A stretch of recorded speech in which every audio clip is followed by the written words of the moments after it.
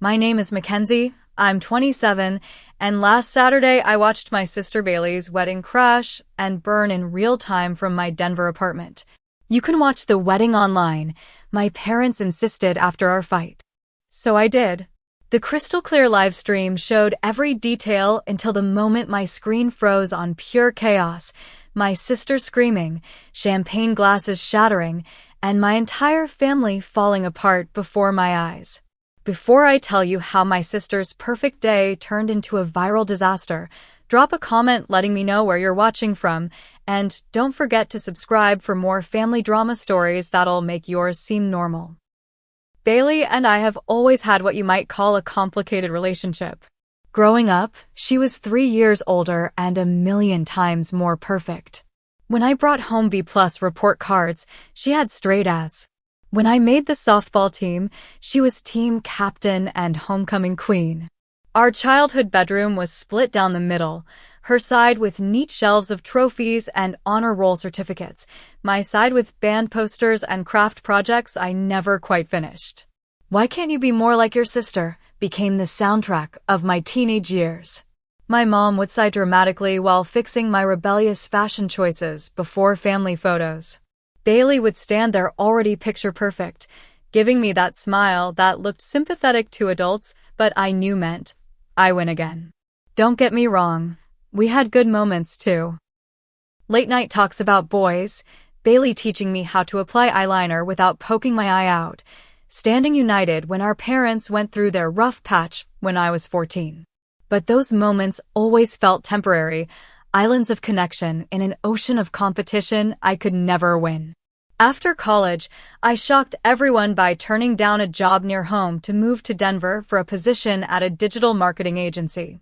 My parents acted like I'd announced plans to join the circus. "But what about family Sunday dinners?" my mother had asked, genuinely bewildered anyone would choose career over meatloaf and passive-aggressive commentary on my life choices. Bailey, meanwhile, took the expected path. She moved back home after college, taught at the same elementary school she'd attended, and started dating Ryan Sullivan, whose family owned half the car dealerships in our county. They'd known each other since high school but reconnected at a charity gala. Ryan came from the kind of old money that built library wings and expected wives who joined the right committees. When Bailey got engaged, the wedding planning consumed our family group chat. Every day brought new messages about floral arrangements, venue negotiations, and bridesmaid dress drama.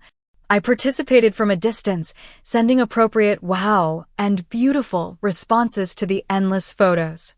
The invitation arrived in a thick cream envelope with real calligraphy. Inside was a handwritten note from Bailey, "Hope you can make it home for my special day. I've saved you a bridesmaid spot, though Jessica is my maid of honor, of course." That last part stung more than it should have. Jessica had only been Bailey's friend since college, while I'd been her sister for 27 years. But I swallowed my pride and called to accept. That's when everything fell apart. What started as a simple question about the bridesmaids' dresses escalated quickly. "The dresses aren't very forgiving," my mother said when I called. "Maybe you should try that diet I sent you article about before you come for the fitting." "Mom, I'm not dieting to fit into some dress for one day," I replied. "Well, Bailey wants everything perfect, and the photographer will be very expensive." One comment led to another. Old wounds reopened. I mentioned feeling like the family disappointment. Mom brought up my unstable career choices and lack of serious relationships. Bailey got involved, defending Mom, saying I was making her wedding about my issues again. Fine, I finally snapped. "I won't ruin your perfect photos with my imperfect body. I'm not coming." I hung up and cried for an hour. Later that night, my dad called with the compromise. "You can watch the wedding online," he said, his voice tired from playing mediator for decades. "We're having it professionally streamed for the relatives who can't travel. It might be better this way, less pressure for everyone."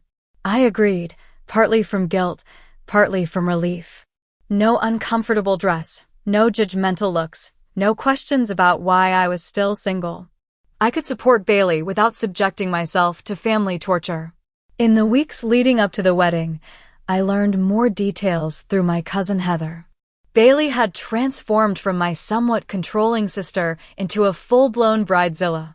The wedding had ballooned to 300 guests, with ice sculptures, a 10-piece band, and custom monogrammed everything. Ryan's mother, Patricia, had opinions on every detail, and Bailey was caught between pleasing her future mother-in-law and creating her dream day. The night before the wedding, I received the live stream link from my dad with another message. Bailey says she wishes you were here. No apology, but it was something. I went to bed feeling that familiar mixture of guilt and resentment, wondering if I'd made the right choice. The morning of Bailey's wedding, I woke up early despite being in a different time zone. Nerves, I guess. I spent extra time on my appearance, even though no one would see me. There was something about watching my sister's wedding from my couch that felt even sadder if I did it in sweatpants. I put on the navy blue dress I would have worn as a guest, applied makeup carefully, and even styled my hair. My apartment became my personal reception venue. I hung string lights around my living room, set up my laptop on the coffee table with external speakers for better sound, and arranged a spread that would make any caterer proud: cheese plate, chocolate-covered strawberries, and a bottle of champagne I'd been saving for a special occasion. "Cheers to you, Bailey," I said to my empty apartment, taking a practice sip. "Hope your day is as perfect as you are." The live stream was scheduled to begin 30 minutes before the ceremony. At the appointed time, I clicked the link, champagne flute in hand, stomach fluttering with anticipation. Nothing happened. I refreshed the page. Still nothing. 10 minutes passed, then 20. Just as I was about to text my cousin, the screen flickered to life. The camera showed the country club garden where the ceremony would take place. Rows of white chairs with blush pink ribbons faced an elaborate floral arch. Mountains of pale pink and white roses cascaded from pedestals. Crystal vases caught the afternoon sunlight, sending prisms dancing across the manicured lawn. The camera operator zoomed in on arriving guests. I recognized my mother's college roommates, our ancient great-uncle Franklin, who still pinched cheeks like we were 5, and neighbors who'd watched us grow up. Everyone looked elegant, though I noticed my mom's side of the family clustered together, separate from Ryan's relatives with their country club tans and designer outfits. The camera panned to the bridal suite, where Bailey sat at a vanity in her robe while a stylist arranged her veil.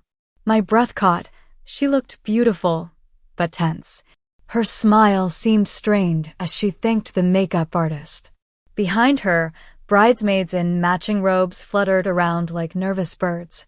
Jessica, the maid of honor, kept checking her phone with a worried expression. "Is everything okay?" Bailey asked her sharply. Jessica startled. "Yes, just checking the time. We're right on schedule." The camera moved away, but not before I caught a look exchanged between Jessica and another bridesmaid. The stream jumped to the groom's room, where Ryan and his groomsmen were finishing getting ready.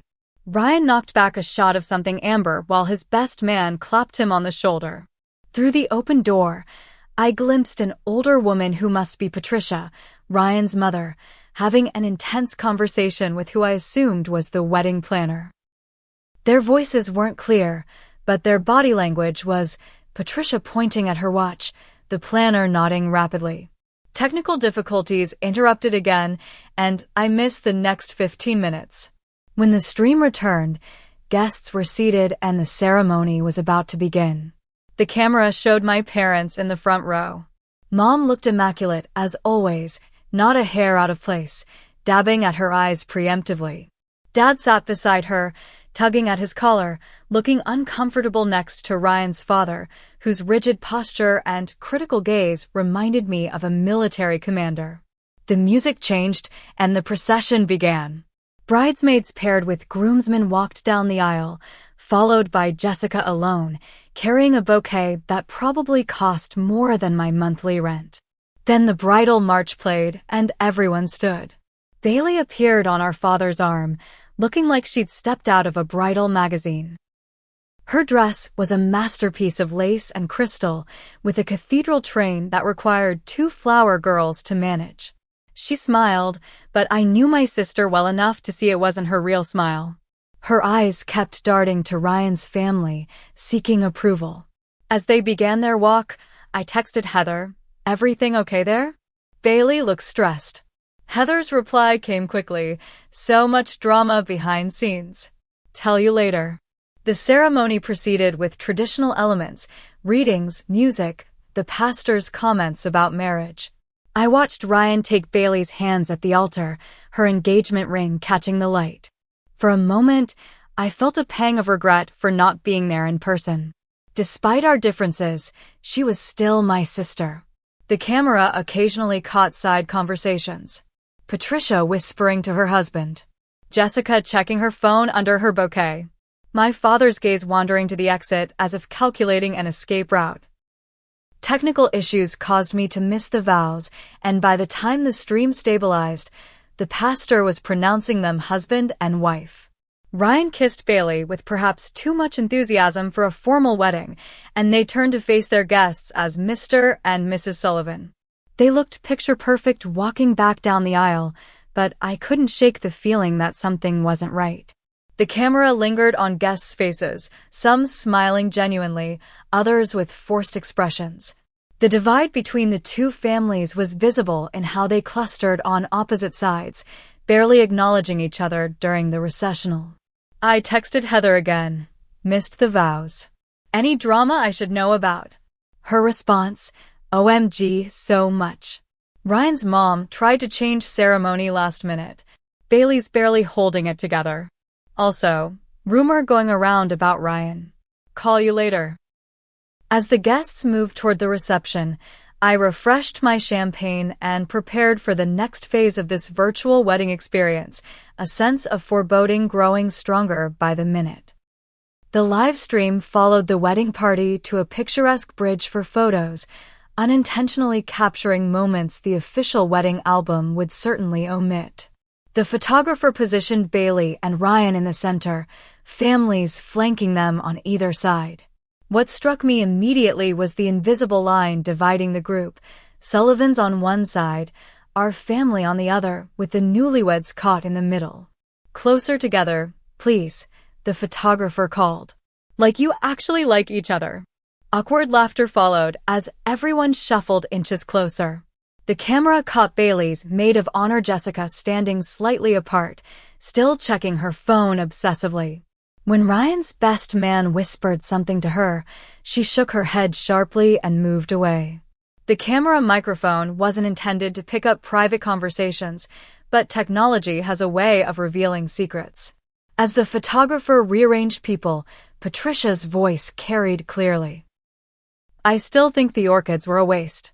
Nobody appreciates the difference, and they'll die before the reception ends. My mother's reply was equally audible. Bailey wanted orchids, and it's her wedding day. It's our son's day too, and we're the ones who paid for those flowers. Bailey's smile remained fixed, but her eyes darted between the mothers. Ryan seemed oblivious, his attention on straightening his cufflinks. Technical issues struck again, the hazard of live streams, and I missed the transition to the reception hall. When the video resumed, guests were finding their seats in a ballroom transformed into a floral wonderland. Crystal chandeliers hung above tables adorned with elaborate centerpieces. A spotlight illuminated the towering 8-tier cake decorated with sugar flowers that matched Bailey's bouquet. I quickly realized the seating arrangement was a political statement. My family was concentrated on tables to the left, the Sullivans dominated the right, with a few unfortunate mutual friends scattered between as a buffer zone. My dad was seated next to Ryan's father at the head table, both men looking like they'd rather be anywhere else. I sent another text to Heather, "What's with the Cold War seating arrangement?" Her response came during the salad course. Planning was a nightmare. Ryan's mom kept changing Bailey's decisions. Also, Ryan was 2 hours late to rehearsal dinner. Drunk. Big fight after. This was news to me. Bailey hadn't mentioned any of this during our brief, polite text exchanges in the days before the wedding. but it explained the tension visible even through my laptop screen. The best man rose for his toast, tapping his glass with a knife. He was clearly already intoxicated, swaying slightly as he gripped the microphone. "So, I've known Ryan since college," he began, back when he was working his way through the sorority houses. He paused for laughter that didn't come. "Just kidding, Mrs. Sullivan." "Kind of." Patricia's face could have frozen the champagne in my glass from 1,000 miles away. The best man continued, oblivious to the room's discomfort. "But seriously, Ryan's settled down now." "Mostly." He winked. "Bailey, you're getting a great guy. Just keep him away from Vegas and open bars, am I right?" Ryan forced a laugh, reaching for his drink. Bailey's smile had become so rigid it looked painful. Jessica's toast that followed was appropriate but stiff, as though she was choosing each word with extreme caution. What struck me was how she barely looked at Ryan throughout, addressing almost everything to Bailey alone. As dinner progressed, the camera occasionally panned across the room, capturing snippets of the increasingly strained celebration. Ryan drank steadily, his movements becoming less coordinated.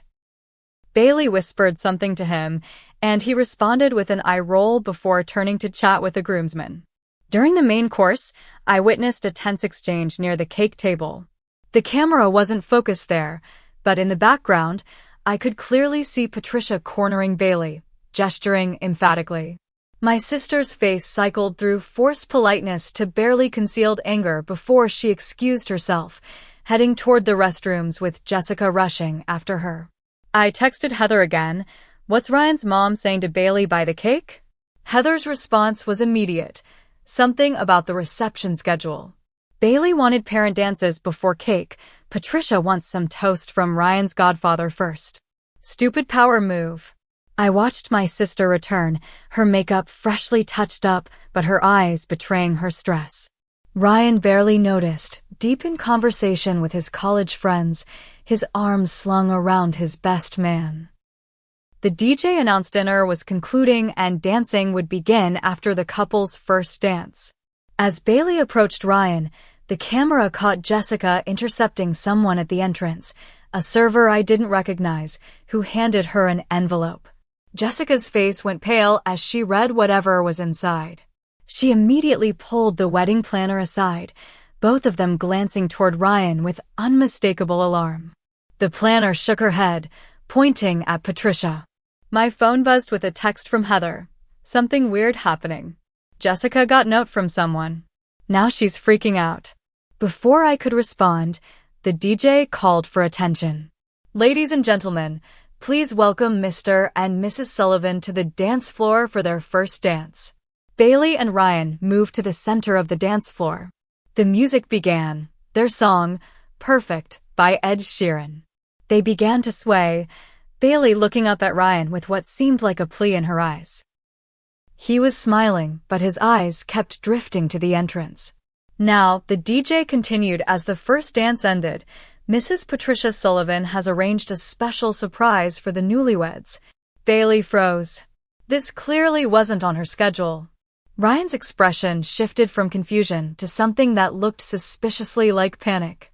The camera caught Patricia smiling triumphantly as she took the microphone.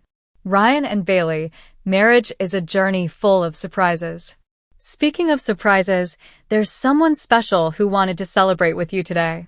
My sister's face showed naked fear now. Jessica was halfway out of her seat, the wedding planner grabbing her arm to stop her. My parents exchanged baffled glances. The live stream, with its perfect high-definition clarity, was about to show me exactly why I should have trusted my instincts about this wedding from the beginning. The DJ's announcement about Patricia's special surprise hung in the air like a storm cloud. Bailey's eyes darted between her new mother-in-law and the entrance doors. Ryan had gone completely still, his champagne glass frozen halfway to his lips. Patricia continued, her voice honey-sweet, but her eyes sharp as flint. "We have a special video presentation prepared for our lovely couple, highlighting Ryan's journey to finding his perfect match." Relief flickered across Bailey's face. Just a video, not whatever she'd feared. The lights dimmed as a screen descended from the ceiling. Music began, Bruno Mars' Marry You, as photos of Ryan from childhood through college appeared. My phone buzzed continuously with texts from Heather. Bailey didn't know about this video. Ryan looks like he's about to be sick. Jessica is trying to get to the AV booth. The innocent montage continued until Ryan's college years, when suddenly a beautiful blonde appeared in the photos. First in group shots, then increasingly in couples photos with Ryan, arms around each other at parties, kissing at what looked like a fraternity formal, cuddled together at a beach. Bailey's confusion was visible even through my screen. These weren't photos of her. The music changed to The One That Got Away as the slideshow continued, showing Ryan and this mystery woman at what were clearly recent events, a Christmas party with a timestamp from last December, a ski trip from February. Just 3 months before the wedding. The ballroom erupted in murmurs. My father half rose from his seat. The camera caught Jessica finally breaking away from the wedding planner, running toward the AV booth. Too late. The final slide appeared, the blonde woman holding a handwritten sign saying, "Congratulations, Ryan. Call me when you're ready for the real thing. Love always, Diana." The screen went black. The lights came up on chaos.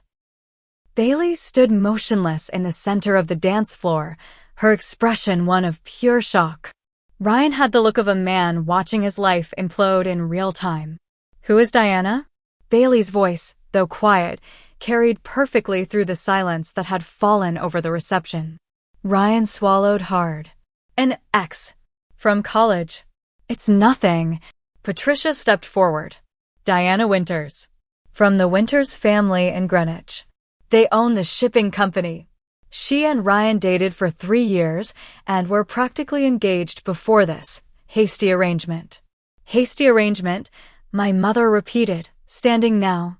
"They've been engaged for a year." "A year isn't long enough to determine if someone fits into a family like ours," Patricia replied. "Diana comes from the right background. She understands Ryan's responsibilities to the Sullivan name." Ryan finally found his voice. "Mom, what have you done?" "We discussed this." "I'm protecting you," Patricia hissed, loud enough for the microphone to catch. "This marriage is a mistake. The prenup isn't even finalized correctly." Bailey's head snapped up.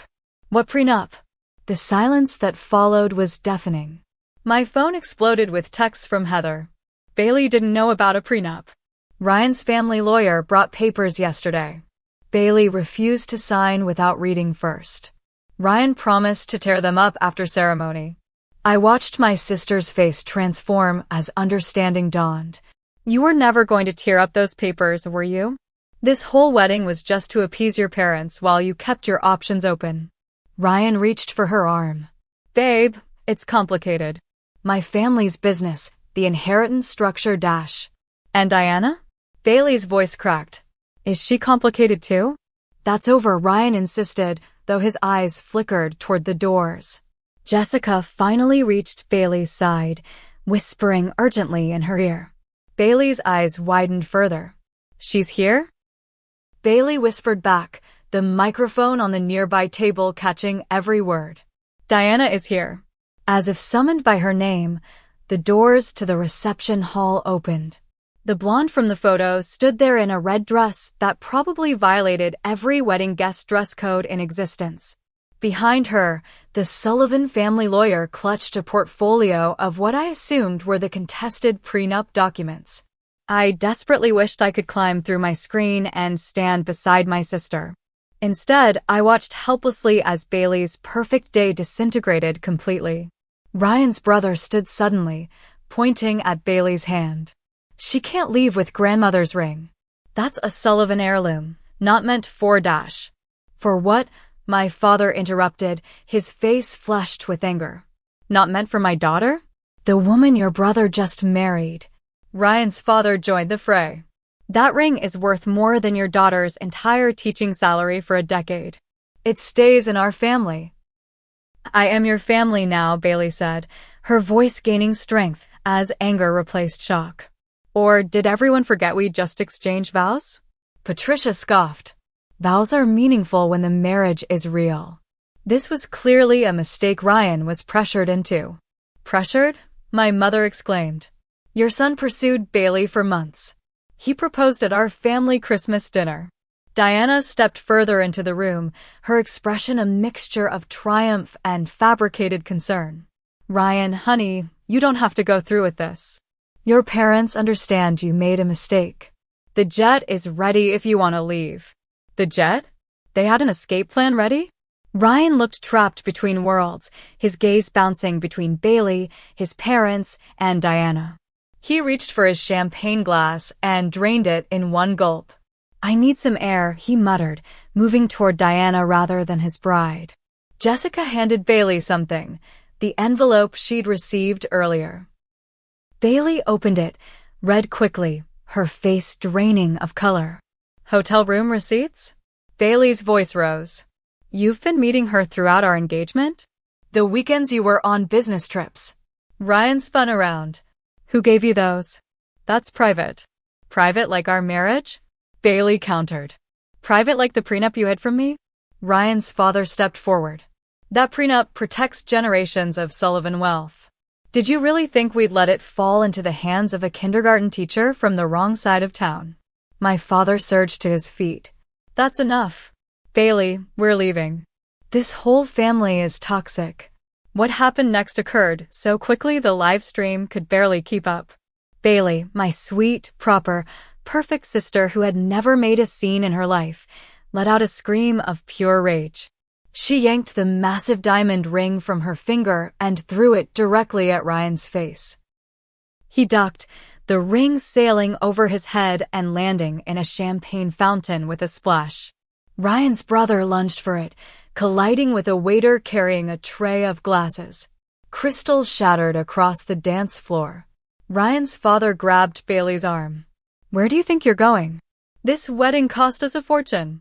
My father shoved him away from Bailey. Don't touch my daughter. The two fathers, men in their 60s who should have known better, began grappling like teenagers. Ryan's mother screamed. My mother grabbed the wedding cake knife, not to use as a weapon, but the image was alarming nonetheless. Bailey stood in the center of it all, her wedding dress catching the light, looking like an angel in the midst of hell. Tears streamed down her face, but her expression was one of dawning clarity. The wedding planner was frantically trying to usher out guests. The DJ had abandoned his station. And the camera operator, God bless their professional dedication, kept filming. As glasses shattered and accusations flew, Bailey looked directly at the camera, directly at me, with an expression that said, "You were right to stay away." And then, at the height of the chaos, with my sister's tear-streaked face centered in the frame, the video froze. The image of destruction remained on my screen, Bailey's anguished expression, my parents in the background trying to reach her, Ryan looking toward Diana, shattered glass glittering on the floor like the broken promises scattered around my sister. I clicked refresh frantically. Nothing. Restarted my browser. Still frozen. Rebooted my computer entirely. The live stream remained stuck on that terrible tableau, a perfect metaphor for a marriage that had crumbled before it truly began. For 30 agonizing seconds, my screen remained frozen on that image of wedding disaster. Then suddenly the live stream sputtered back to life, throwing me right back into the chaos, which had only escalated during the technical interruption. Diana, Ryan's ex-girlfriend, had moved fully into the reception hall now, standing with the confidence of someone who believed she belonged there. Her red dress caught the light as she approached Ryan, who stood paralyzed between his past and his present. Ryan, Diana's voice carried clearly through the microphone that had been abandoned on a nearby table. Your mother called me last week. She said you were making a terrible mistake. Bailey's head whipped toward Patricia. You called her? You invited her here. Patricia Sullivan straightened her designer jacket, unrepentant. Diana has been part of our lives for years.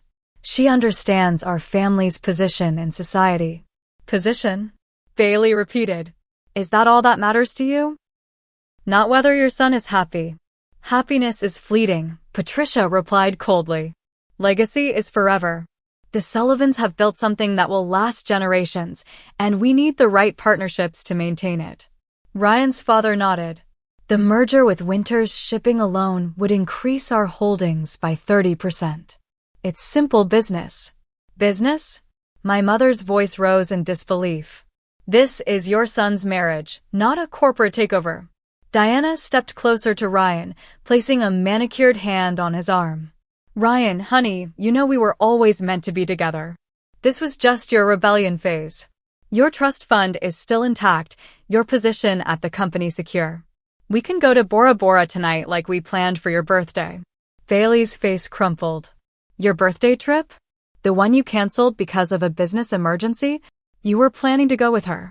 Ryan finally spoke, his words slurred from champagne. It's not what it looks like.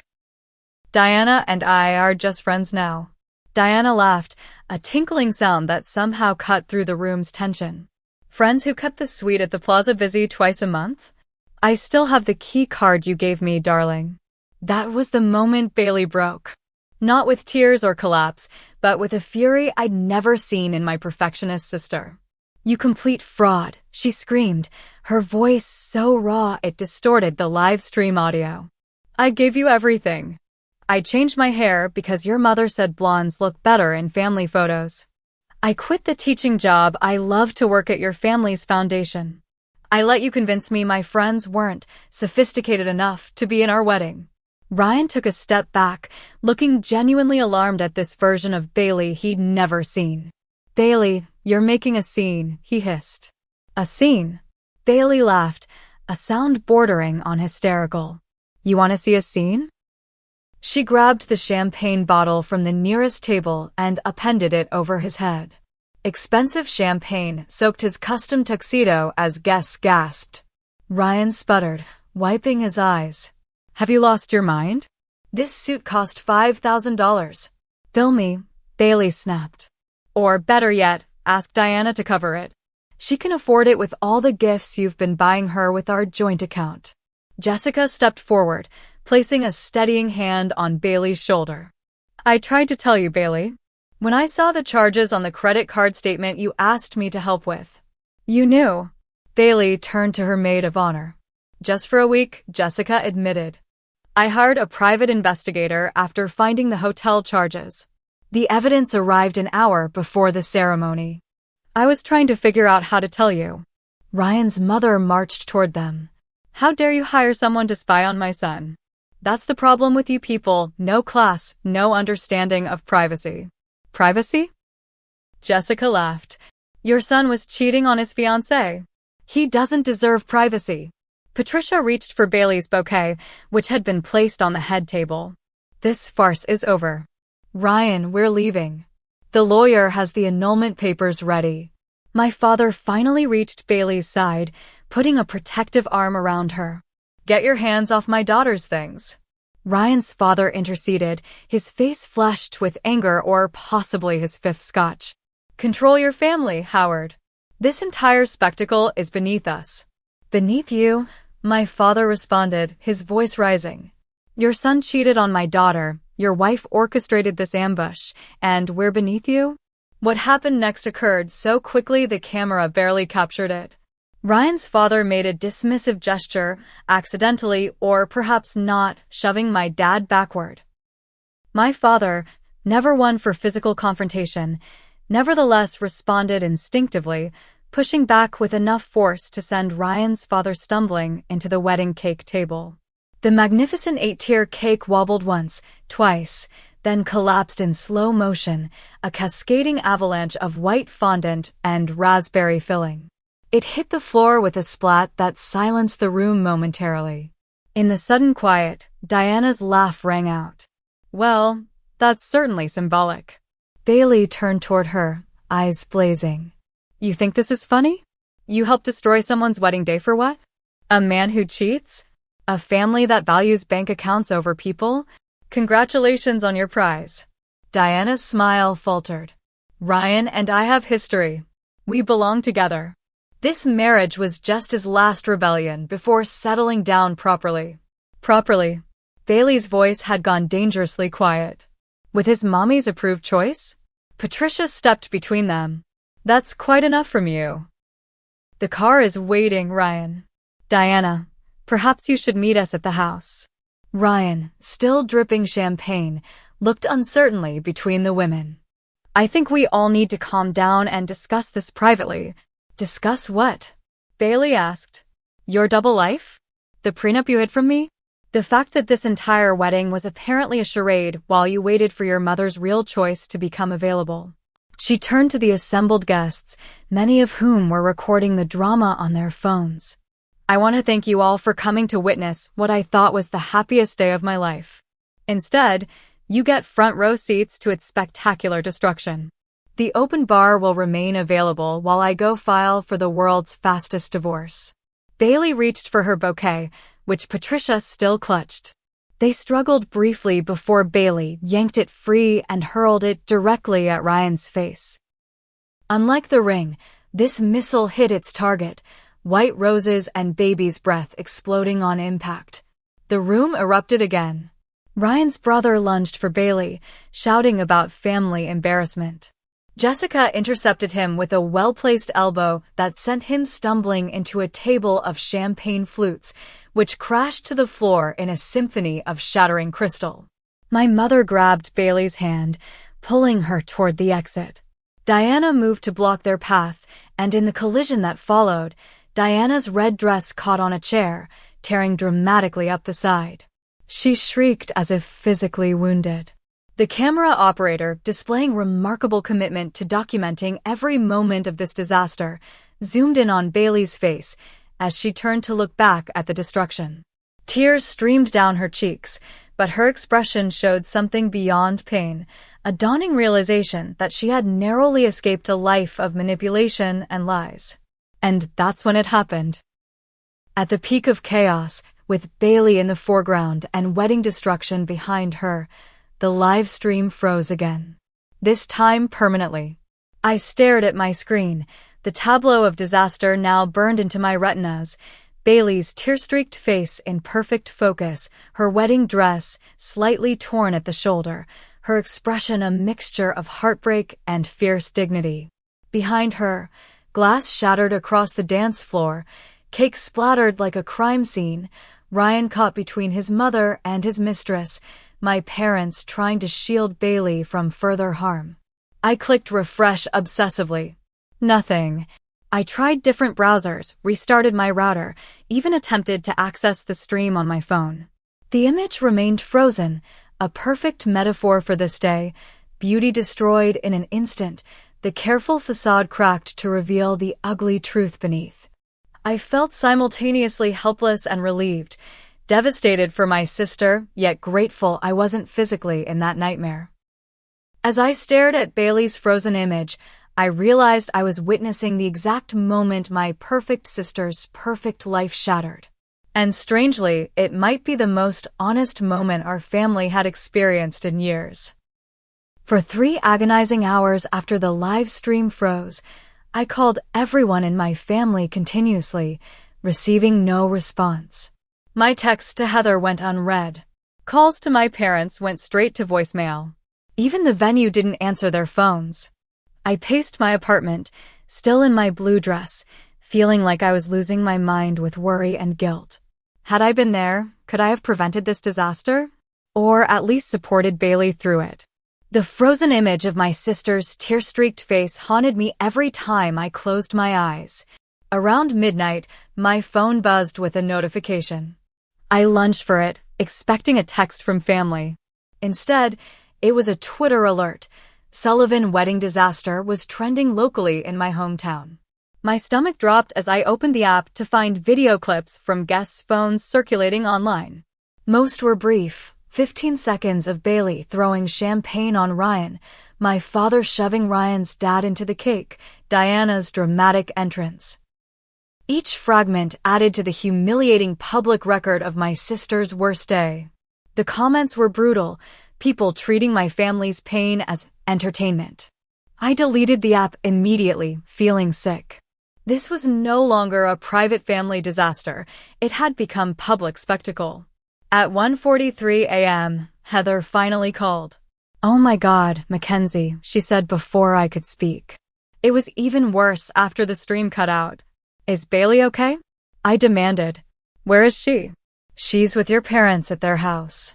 Everyone's phones were confiscated by lawyers after the police came. "Police!" I nearly screamed. Ryan's brother tried to physically prevent Bailey from leaving. Your dad intervened, and it escalated from there. No arrests, but lots of threats about pressing charges on both sides. The Sullivans are damage controlling like crazy. I sank onto my couch, overwhelmed. "I need to know everything, Heather. Start from the beginning." Over the next hour, Heather filled in the gaps in my understanding. The tensions had begun months earlier than I realized. Ryan's family had been controlling every aspect of the wedding planning, overriding Bailey's choices with Patricia's preferences. The guest list had ballooned with Sullivan business contacts Bailey had never met. Bailey was miserable for weeks, Heather explained. But she kept saying it would be worth it once they were married and the pressure was off. Then, just 3 days before the wedding, the Sullivan family lawyer had appeared with prenuptial documents that essentially left Bailey with nothing in case of divorce, regardless of fault. She'd been blindsided. Ryan promised it was just a formality his parents insisted on, Heather continued. He swore he'd tear it up after the ceremony. Bailey was suspicious, but didn't want to cancel everything at the last minute and humiliate herself. What Bailey hadn't known was that Ryan's family had been in contact with Diana throughout the engagement. The Winters family shipping business represented a valuable merger opportunity, and Patricia had never stopped hoping the relationship would resume. Diana was supposed to make a scene at the church during the "Speak Now or Forever Hold Your Peace" part, Heather revealed. Patricia arranged it, but Diana chickened out until the reception. As for Ryan himself, the evidence of his betrayal was irrefutable. Credit card statements showed hotel charges throughout the engagement. Phone records revealed constant communication with Diana. He'd even purchased the trip to Bora Bora, the same destination he'd promised to take Bailey for their honeymoon.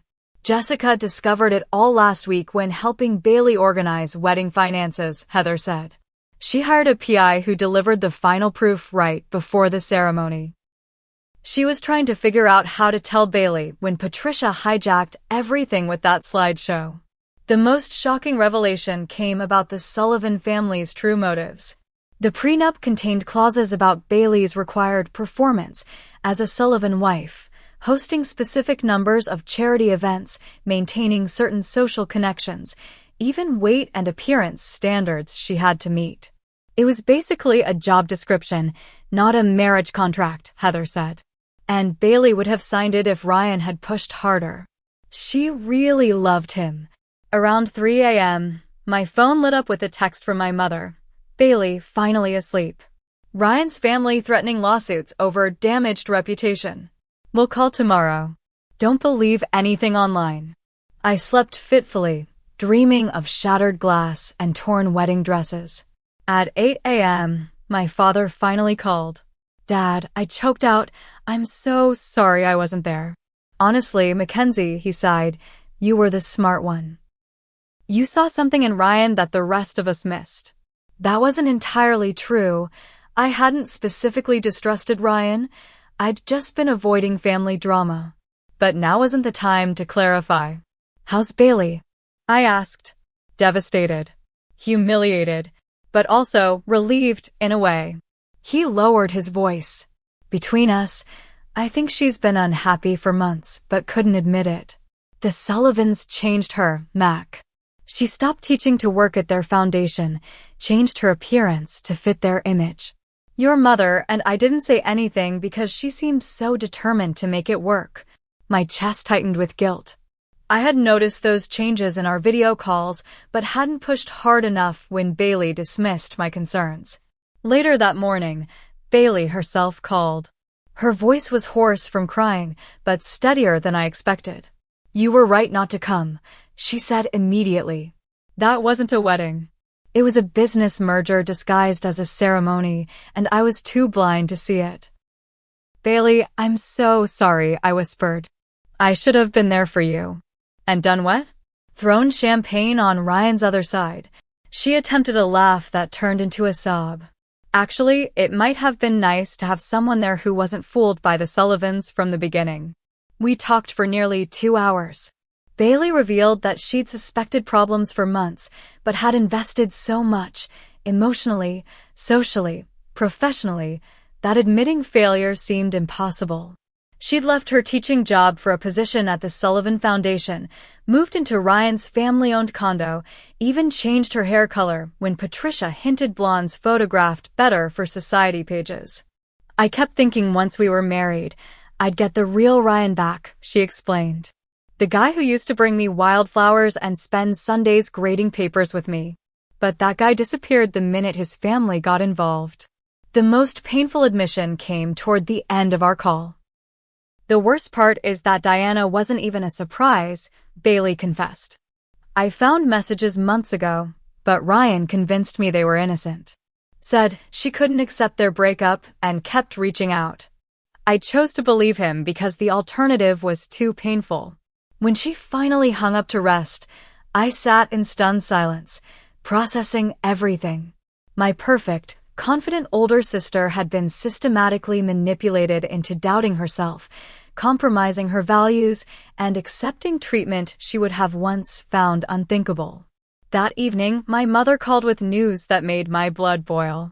"The Sullivans' lawyer called," she said, her voice tight with anger. "They're demanding Bailey return all wedding gifts, claiming since she caused the disruption, she's not entitled to them. They also want her to sign an NDA about the whole event." "That's outrageous," I exclaimed. "They orchestrated this entire disaster." "I know, but they're threatening to sue for defamation if she doesn't comply. They've already had those social media videos taken down with copyright claims." The final insult came from Ryan himself, a text to Bailey claiming he'd been caught in the middle and pressured by both sides. He suggested they meet to calmly discuss their options. Bailey's response was a single word: no. As night fell on the day after what should have been my sister's first day of marriage, I made a decision. I booked a flight home for the following morning. This time, watching from a distance wasn't an option. My sister needed me, and for once, I wasn't going to let her down. The Denver to Cincinnati flight gave me 5 hours to rehearse what I'd say to Bailey. Should I apologize for missing the wedding?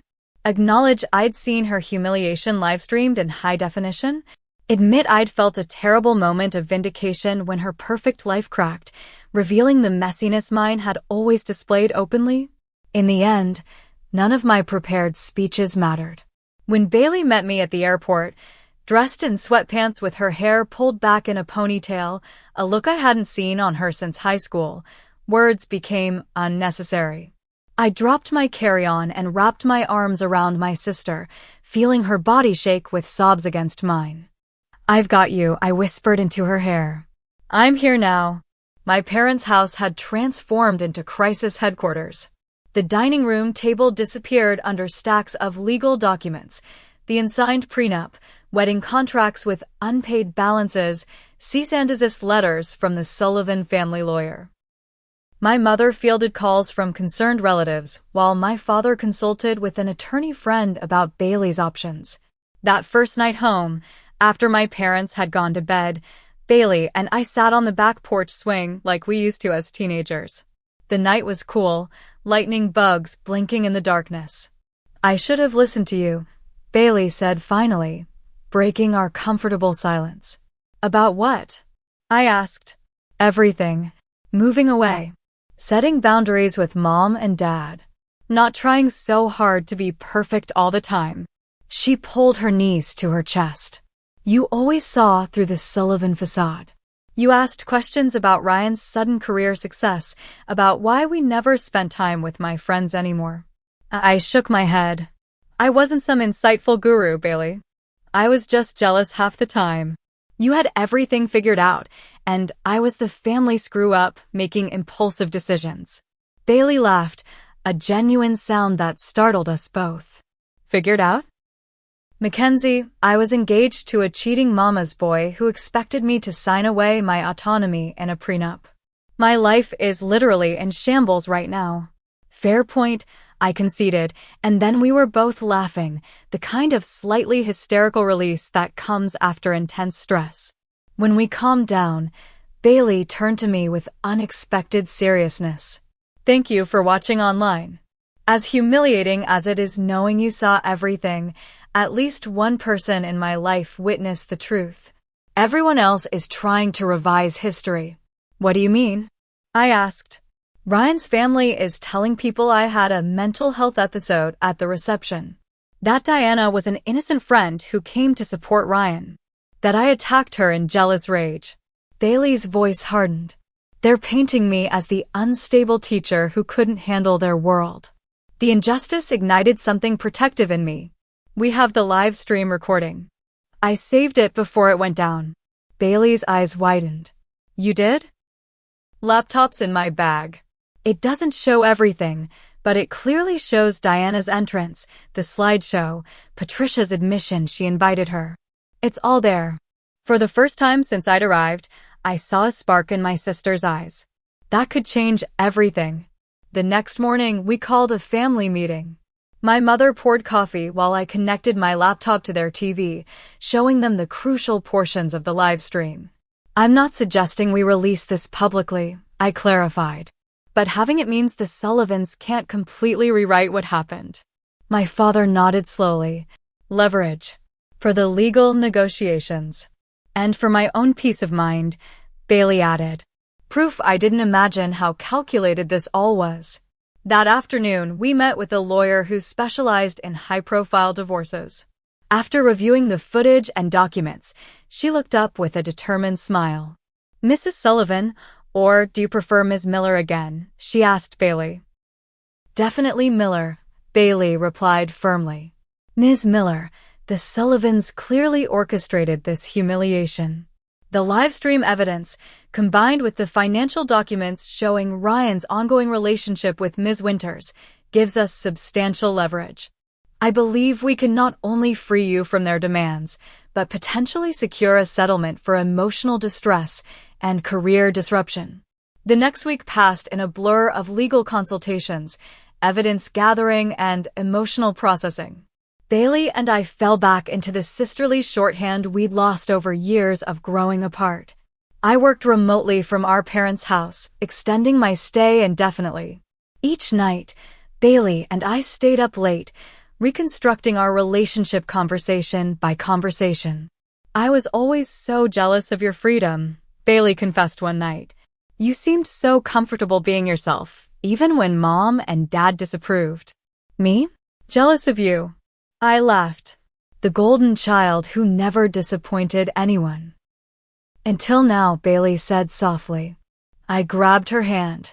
Hey, standing up for yourself isn't disappointing. It's the bravest thing you've done. 2 weeks after the wedding disaster, we faced another hurdle. The Sullivan family had requested a meeting.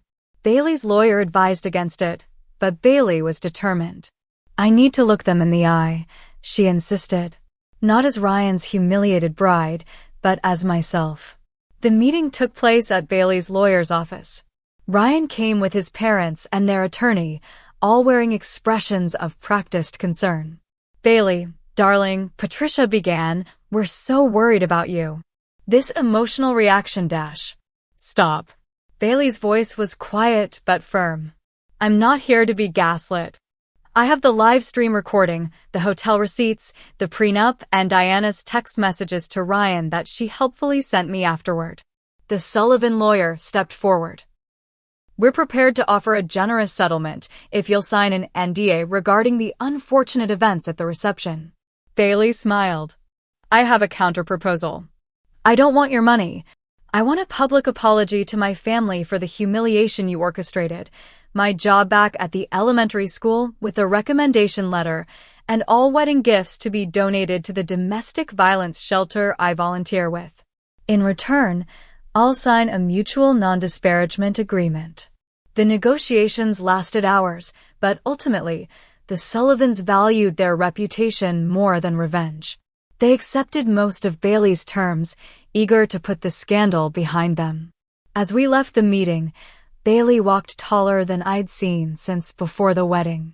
"I think that's what closure feels like," she mused. 6 months later, life had transformed for both of us.